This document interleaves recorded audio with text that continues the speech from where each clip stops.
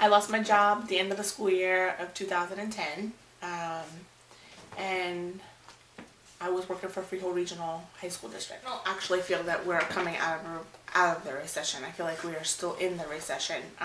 So nobody I know is, well, there's enough people that I know that still without jobs, so I don't see how that it's actually helped or it started to improve. I haven't seen that yet. I bought my house in April 2nd, 2009.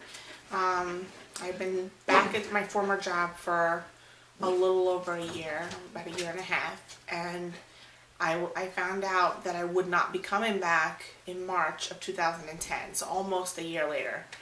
So I had the house for almost a year. I did some renovations and then found out I wasn't going to be reemployed. How many jobs have you applied to so far? Well, countless ones that weren't advertising that they were hiring. I've sent out resumes because I thought it's better to do that than do nothing, to sit still.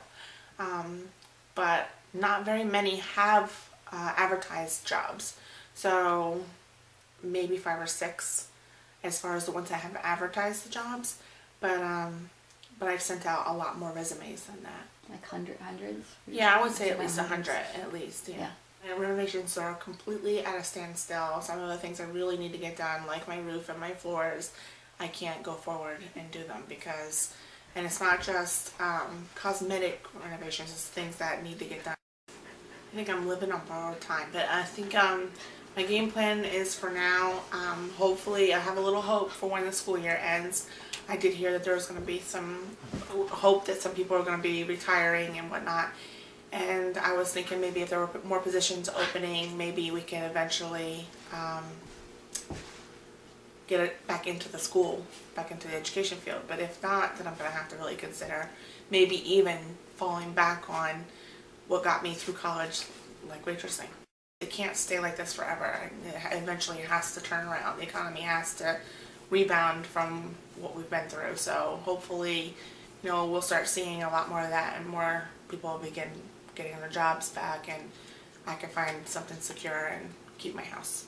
It seems that a lot of the careers that are, like for instance the schools, like the budget cuts and everything, it seems a lot of the careers that are going to suffer are mostly those predominantly held by females, and that it looks as though that maybe unconsciously or whatever, it seems that we'll be the ones losing our jobs in the higher numbers. From statistics even on the news, jobs like teaching, sociology, social workers, even healthcare profession, a lot of those are the ones being targeted at this point, and a lot of them are predominantly held by females. It's a very family-oriented society, and people encourage, and tradition encourages, like, you know, the partnership between a male and a female role, but with the absence of a male and a female in my position, it makes it very difficult. Because I have no one else I can turn to. My family members are not economically stable enough to be able to support me as well. So there's no one I can turn to. You know, like I said, when the bill collectors start to call.